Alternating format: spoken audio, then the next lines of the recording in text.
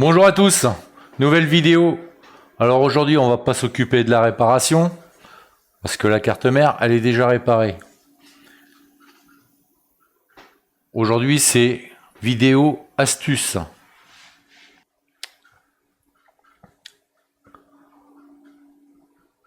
Donc pour rappel, connecteur de charge, premier MOSFET,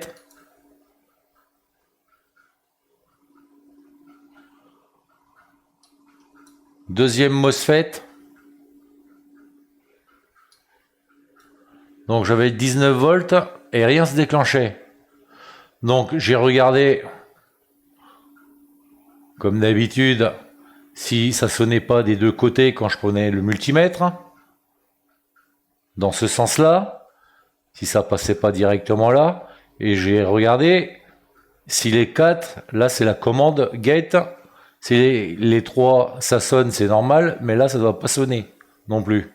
Ça doit pas sonner dans ce sens-là, entre le 5 et le 3 et le 2 et le 1, et ça doit pas sonner ni avec le 4, ou entre le 4, le 3, le 2 et le 1.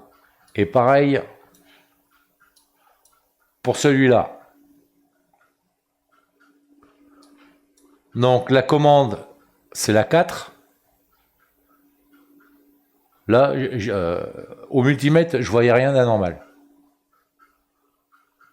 Donc la commande 4, c'est la commande gate, 25 volts. On la retrouve là aussi. C'est la même. Résistance PR AC DRV. Hop. Pin 4. La commande.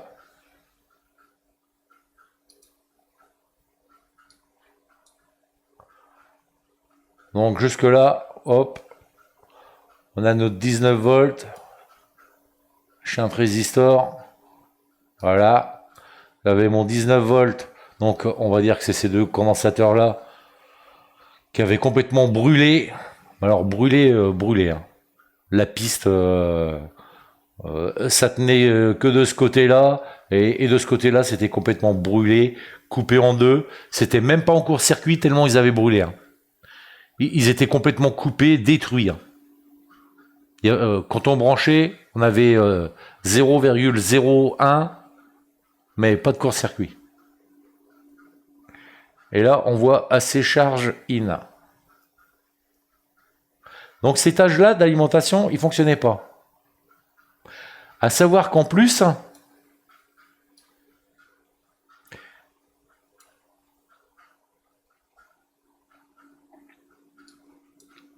là il y a de la couleur, que ici, pas celui-là, pas celui-là, ils sont où? Volt 5.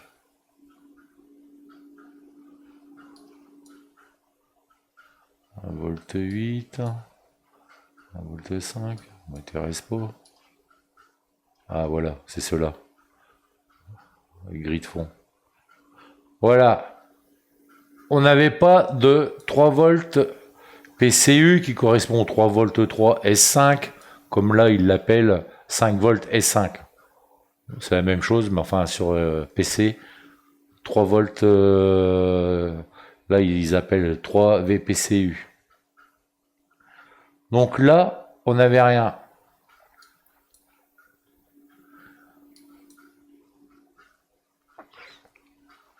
Et là, on avait bien notre 19 volts qui arrivait là, et à savoir que la commande, elle est là, on voit bien, 2415 qui correspond à l'IC de charge, et LX,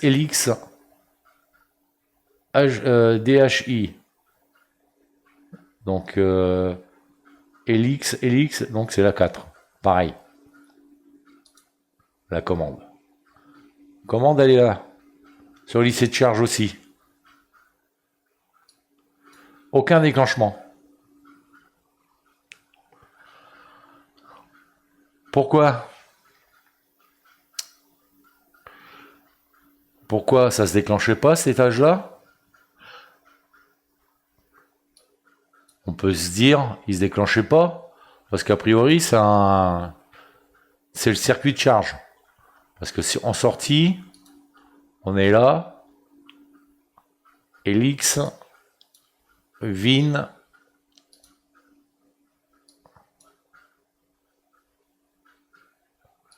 VIN, et après, ça part alimenter.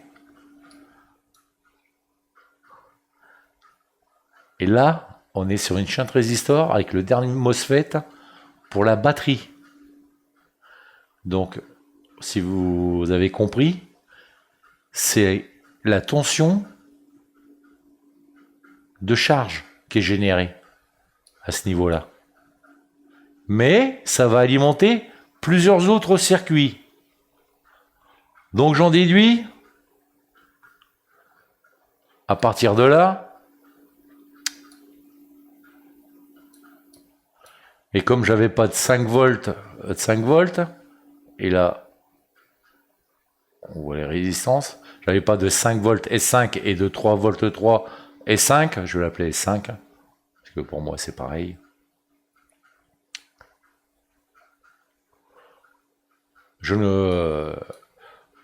Ça pouvait pas fonctionner. Alors on a l'habitude de voir sur cette version, au niveau des MOSFET, en entrée, le 19 volts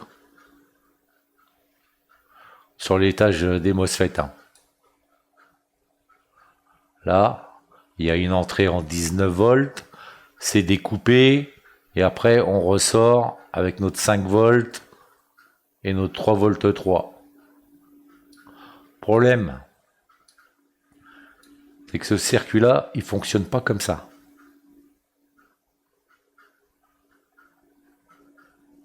C'est pas du 19 volts qui arrive là pour pouvoir créer notre 5 volts et 3 volts 3, c'est cette tension-là. Donc, quand on regarde, là, comme je vous ai montré, elle arrive au connecteur de charge. Je dis pas de bêtises, oui, il est là. Hop. Connecteur de charge, il est là. Connecteur de batterie, pas connecteur de charge. Connecteur de charge, c'est là où vous branchez le secteur. Connecteur batterie, il est là. Et donc vous avez le dernier MOSFET, shunt résistor pour l'intensité, il est là.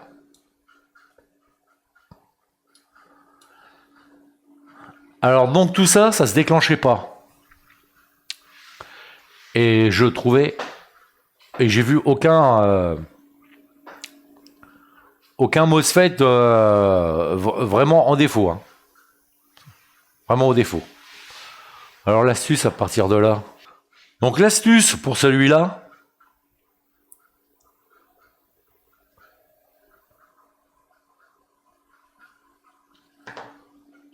je vais remontrer une chose avant de vous montrer sur le microscope. Là, ACN, ACP, c'est un peu comme sensor de l'intensité reçue et consommée.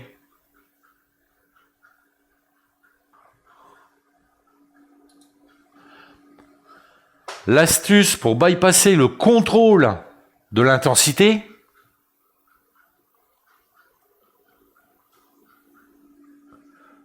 ça veut dire que le BQ ne va plus contrôler précisément, par exemple, si un court-circuit, il va couper le 19 volts, ou contrôle de consommation, etc. Alors, pour bypasser ce problème-là, on enlève le BQ. Le BQ là, on l'enlève. À partir de ce moment-là, vous branchez votre 19 volts sur le connecteur de charge. Et là, vous allez voir alimentation stabilisée. Moi, j'étais réglé sur 19 volts 4. Et attention, hein, bien contrôlé qu'il n'y a pas de court-circuit ailleurs, sur un étage de CPU, étage 5 volts et tout. Faut bien contrôler les autres étages. Hein. Il ne s'agit pas non plus de tout brûler. Hein. Donc j'enlève le lycée de charge, le BQ715. Je branche le 19 volts. Et là, vous allez voir le 0,1 qui va passer à 0,4. Tout d'un coup, à 0,100. Et tout d'un coup, 3 ampères 5, court-circuit. Là, vous coupez aussitôt. Alors que quand il y avait le BQ, aucun risque. Hein. Ça n'arrivait pas. Et là, vous n'avez plus qu'à constater où est le problème. Ça dure moins de 5 secondes. Hein. On va dire au pire 5 secondes, mais ça dure moins de 5 secondes avant de passer de 0,1, 0,4, 0,100 ou 200. Et tout d'un coup, 3 ampères 5, c'était sur 4 ampères 5. Et là, 3 ampères 5, court-circuit, on arrête, puisque le BQ, on l'a enlevé pour bypasser justement le contrôle. Donc, à partir de là, maintenant que le problème, on va dire, il était franc, ce qui rend le diagnostic beaucoup plus simple. Circuit, là, il s'est mis total court-circuit. C'est pas lui qui s'est mis en court-circuit. C'est pas lui qui s'est mis en court-circuit. Mais il a fini par lâcher, et ce coup-ci, entre l'entrée et la sortie, là, ça sonnait au multimètre maintenant. Donc il a lâché. Il a lâché pour trouver le vrai problème. Donc celui-là, on l'a changé. J'en ai mis un peu plus costaud. Et le problème, il se trouvait là. Et ça, c'est pareil. Hein. J'avais testé dans tous les sens. Aucun problème. MOSFET, contrôlé par lycée de charge. Ces deux MOSFET. Et là, ces deux MOSFET, vu qu'il n'y avait plus de contrôle au niveau de l'intensité, ils ont éclaté complètement.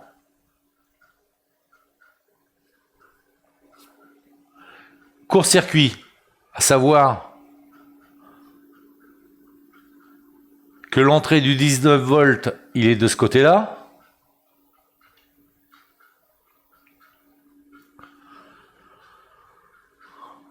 L'entrée du 19 volts, il est de ce côté-là.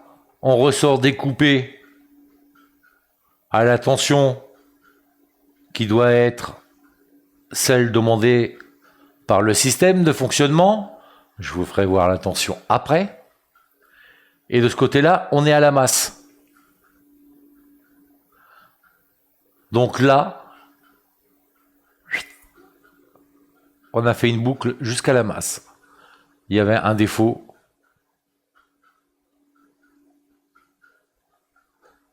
Sur les deux, les deux MOSFET, ils ont brûlé de toute façon. Hein.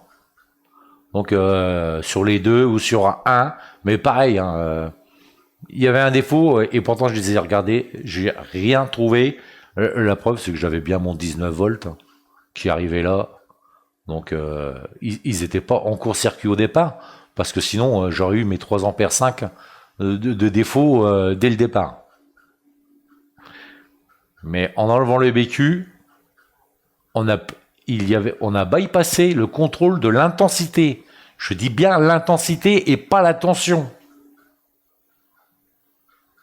Et là, ça envoie pleine balle l'intensité. Et s'il y a un défaut dans un MOSFET, là, on va dire qu'il prend en pleine charge l'intensité. Et là, il finit par éclater. Et là, vous avez votre panne franche.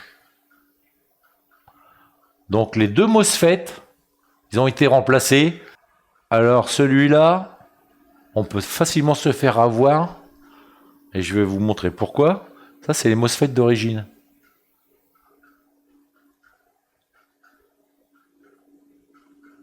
Voilà, le premier. Pas celui-là.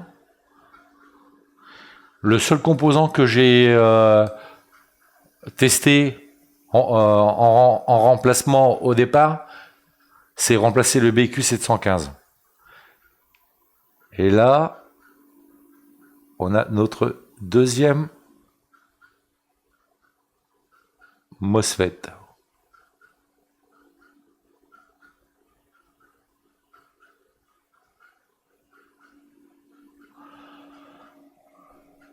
Alors si vous regardez bien,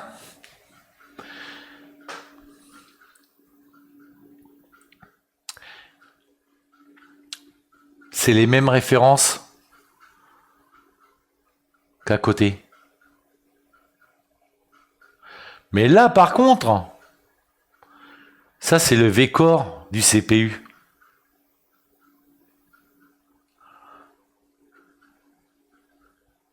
Et quand on regarde juste les références, on pourrait croire que c'est un V-Core aussi pour le CPU. Mais c'est pas du tout ça. C'est pas pour le CPU ça.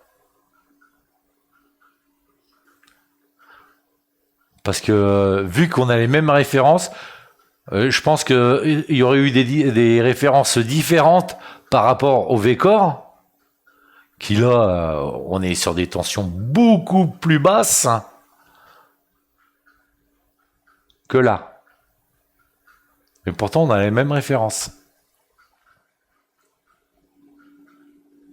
Ça, c'est ce qu'il y avait à l'origine.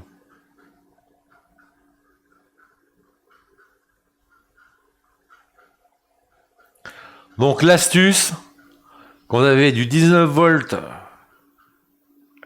et que vous ne comprenez pas pourquoi ça ne se déclenche pas, alors que vous êtes sûr que le BQ il est fonctionnel et que les pistes elles sont bien connectées, qu'elles n'ont pas brûlé.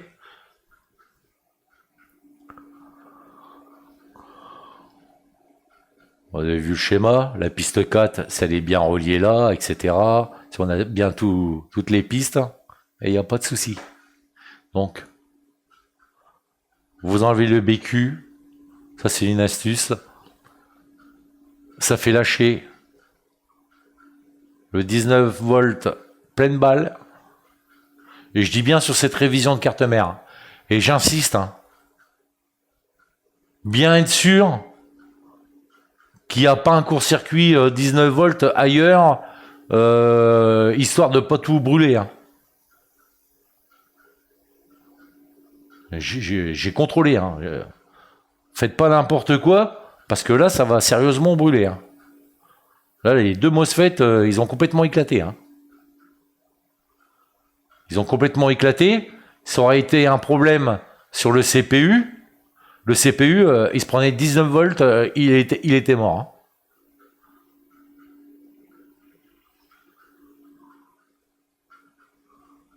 Donc, si vous avez un doute, tout ce qui est éléments critiques, enlevez, à la limite, enlevez les bobines.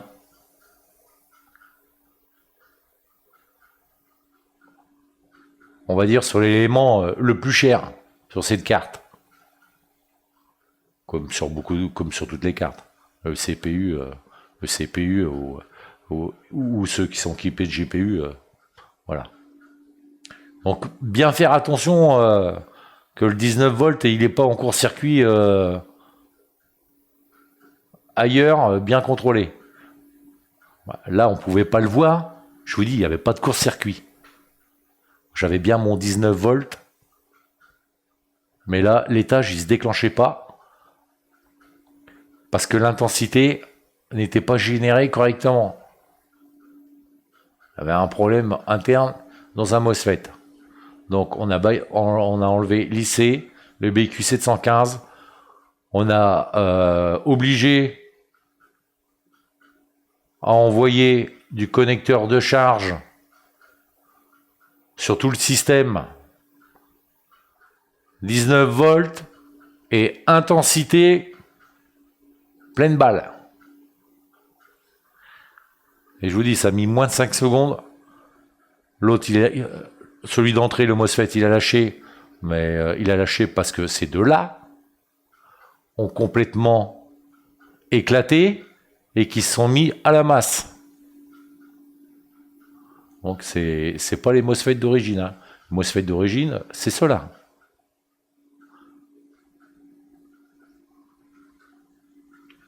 Voilà, ça c'est une astuce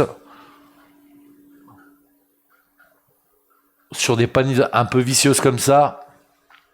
Et ça, il y a des astuces comme ça aussi pour Mac. On peut bypasser le contrôle, les contrôles du SMC et autres pour, pour retrouver certaines tensions manquantes. Il y a des astuces aussi comme ça pour Mac. À partir de là, première chose, je remplace le MOSFET d'entrée, puisque maintenant il passait après l'enlèvement du BQ715 et l'éclatement des coupables. Là, comme bien souvent, ça passait directement, 19 volts, il passait directement, donc remplacé. Je remets à partir de là mon BQ715 pour qu'il recontrôle parfaitement le 19 volts et l'intensité envoyée, et s'il n'y a pas de problème, je remplace mes deux MOSFET. Et là, j'ai récupéré, à partir de là, j'ai récupéré ma tension ici de 13 volts 5. La batterie, elle est de 11 volts 1. Et là, j'ai 13 volts 5, ce qui est parfait pour recharger une batterie de 11 volts 1. Et pourquoi j'avais pas mon 5 volts et mon 3 volts? Parce que cette tension de 13 volts 5, c'est elle qui vient alimenter le MOSFET en entrée et découper après. Et pas le 19 volts.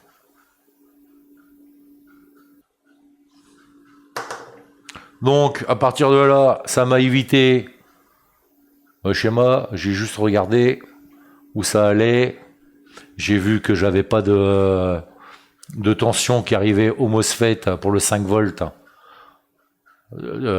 Tension d'entrée qui est souvent 19 volts, mais là, c'est pas le cas sur celle-là. C'est 13 volts 5. J'ai vu qu'il n'y avait pas de tension.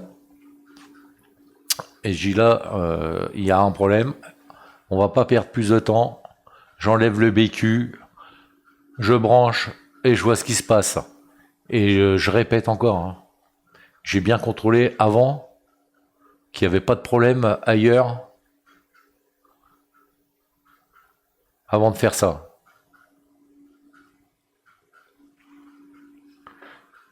Et à partir de là, j'ai trouvé mes coupables. Bon voilà, on a branché la console. Donc maintenant, je branche. Et à partir de là, déjà, la LED, elle s'allume, alors qu'avant, elle s'allumait pas. Consommation 0,004, alors qu'au début, j'avais 0,0,1.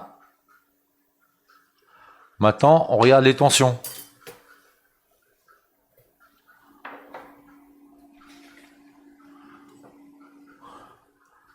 Tension.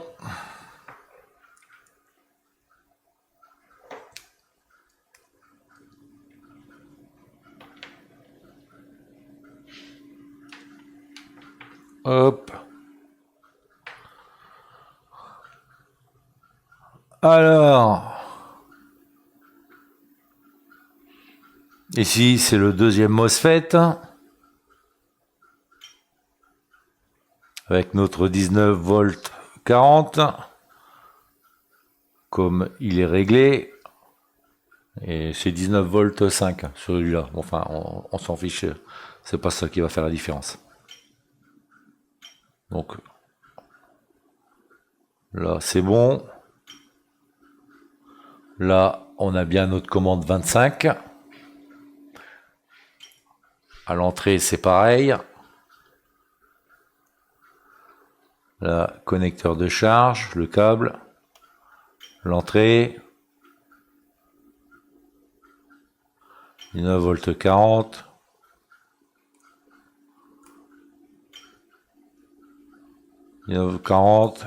Et notre commande 25 volts. Voilà. Tout est parfait à ce niveau-là.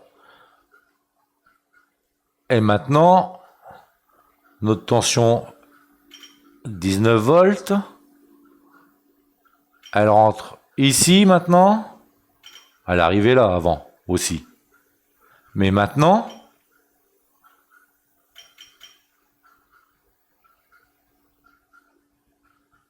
13 volts 55 ».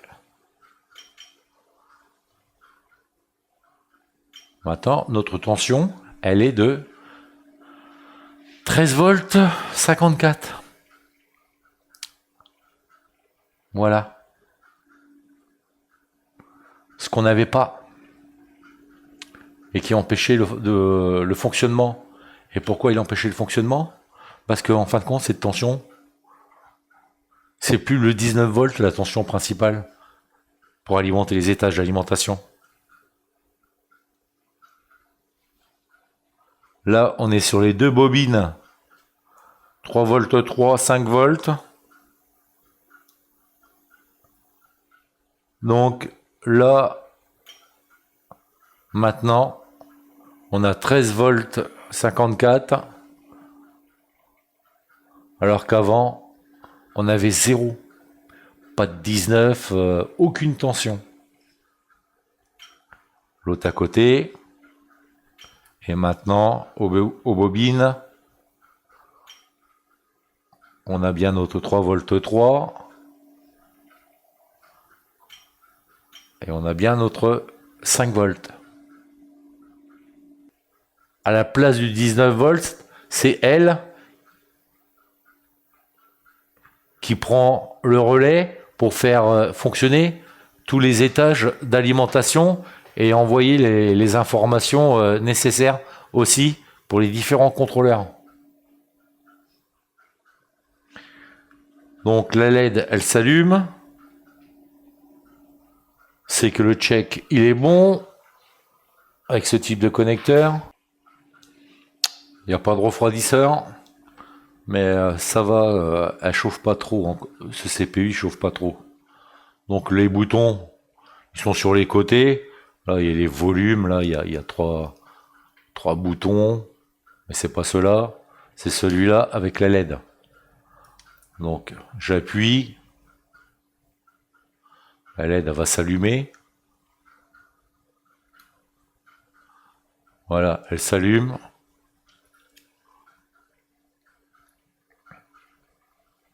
Le CPU, il chauffe. Mais ça va, c'est pas encore trop violent. Et voilà. Carte mère qui refonctionne parfaitement. Donc ça, c'était l'astuce pour trouver. Ça s'est passé exactement comme ça. Pour pas perdre de temps. Le temps que j'ai perdu, c'est juste trouver les MOSFET équivalents, on va dire. Un peu. Parce que des cartes mères donneuses, il y en a, mais après, il faut trouver l'équivalent. Déjà rechercher les valeurs, les datasheets des MOSFET qui étaient montés, et ensuite trouver quelque chose qui correspond à un équivalent, ce qu'on appelle. Vicieuse comme ça. Et je répète, hein, une tension sans l'intensité qui doit correspondre à cette tension, c'est pas moi qui l'invente, ça a été conçu par des ingénieurs au départ, ça marche pas. Je vous donne un exemple. La semaine dernière, panne vicieuse. Hein. Une machine où l'étage d'alimentation CPU ne se déclenchait pas. Un i5. L'alimentation arrivait à l'entrée, comme je vous ai fait voir, à l'entrée du MOSFET. La tension, c'était 8 volts 60. Elle passait par une résistance 3 fois 0, c'est-à-dire 0 ohm. On a 0, mais il y a plusieurs types de résistance où vous pouvez avoir 1 0 ou RO ou là 3 fois 0. Il y avait 3 fois 0. J'avais 8 volts 60 dans un côté et de l'autre côté, j'avais 8 volts 60, tension identique, pas coupée. Si j'avais eu 8 volts 60 d'un côté et par exemple 4 volts d'un côté, ça aurait été très rapide et beaucoup plus simple. Mais là, j'avais 8 volts 60 de chaque côté et l'étage, il voulait pas se déclencher. Et il se déclenchait pas. Pourquoi?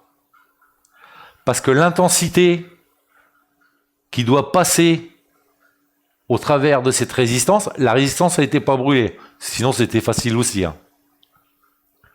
L'intensité qui devait passer dans cette résistance, elle se faisait pas correctement. S'il devait passer 5 ampères, il passait peut-être que 1 ampère. 1 ampère et demi, 2 ampères, mais il passait pas les 5 ampères. Et le circuit, l'étage d'alimentation du CPU, c'est sur une tablette. Il ne fonctionnait pas. Pas moyen. La tablette, elle s'est arrêtée brusquement. Brusquement.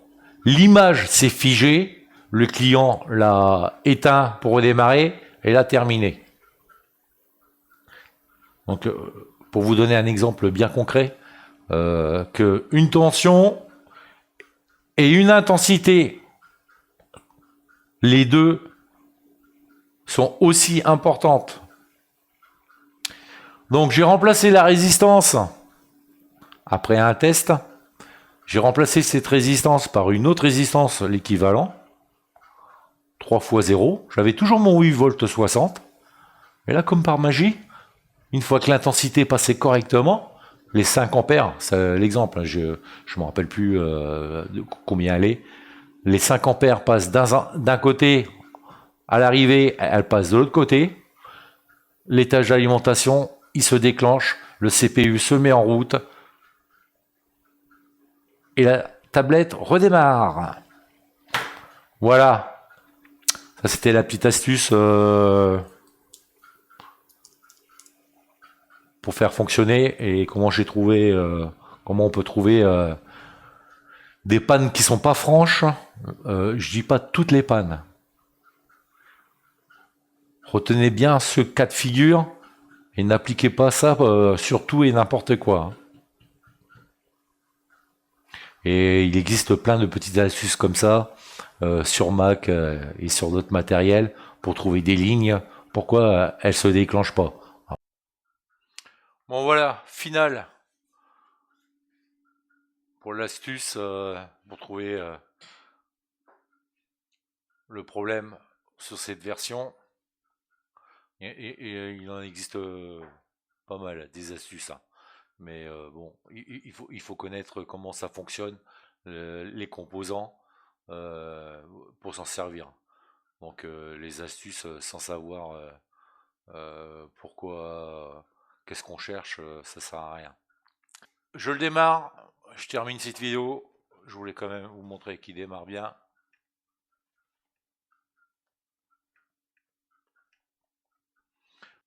Donc le bouton, il est sur le côté. Voilà.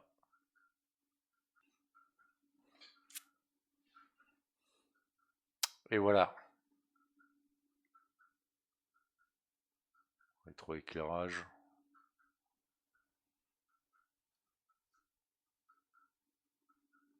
Simplifiez votre utilisation de l'ordinateur. Windows Live.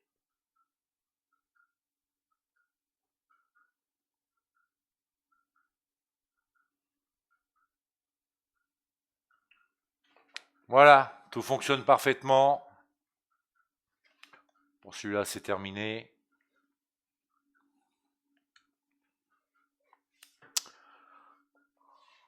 Voilà, en espérant que cette vidéo aura été instructive, que vous aurez appris des choses. À la prochaine. Ciao.